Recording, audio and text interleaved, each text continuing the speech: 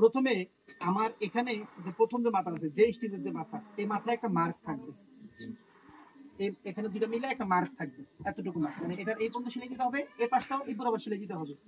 ওই মার্ক বরাবর এটাকে ধরে হাতটাকে দেখেন, এক হাতে এভাবে রাইখা, এখানে রাইখা, তারপরে প্রথমে এই ধরায় দেবেন। ধরায় দেওয়ার পরে এই দেখেন এই পকেটিং করে উল্টায় সোজা করে এখানে কতটুকু কাপড় ডাববে, ডাবা ঠিক রেখে এইভাবে হাতে বডি ধরবে, আর নিচের বেল থাকবে এই, কারণ নিচের বেলের সাথে এখানে মার্ক মিলাই করবে, মার্ক মিলাই যাবে।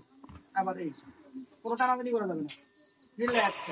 এখানে দেখছেন ফোল্ডিং, দেখছেন এই ফোল্ডিং বরাবর সোজা যাবে।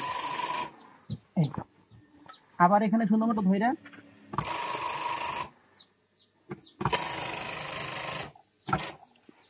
আবার ধরে উপরে কাপড় যদি বলটা যায়, উপরে কাপড় বলটা আবার ছাড়াই দেওয়া লাগবে।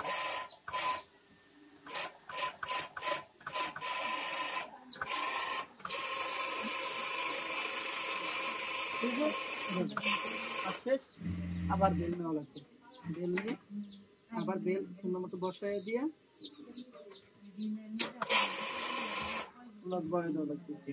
এই পর্যন্ত দিতে হচ্ছে, ওই তো চালাইয়া পাতায় দিবি বলছি, পাতায় দিয়ে পরে আবার উপরেরটা ধরে বসাইয়া সুন্দর মতো তারগুলো দিয়ে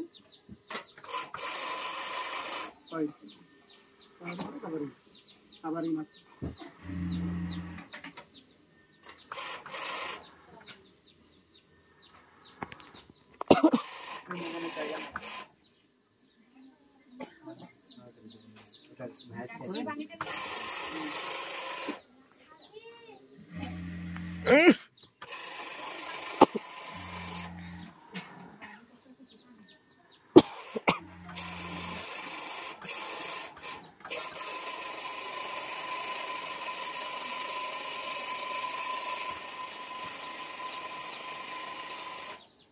ঠিক আছে।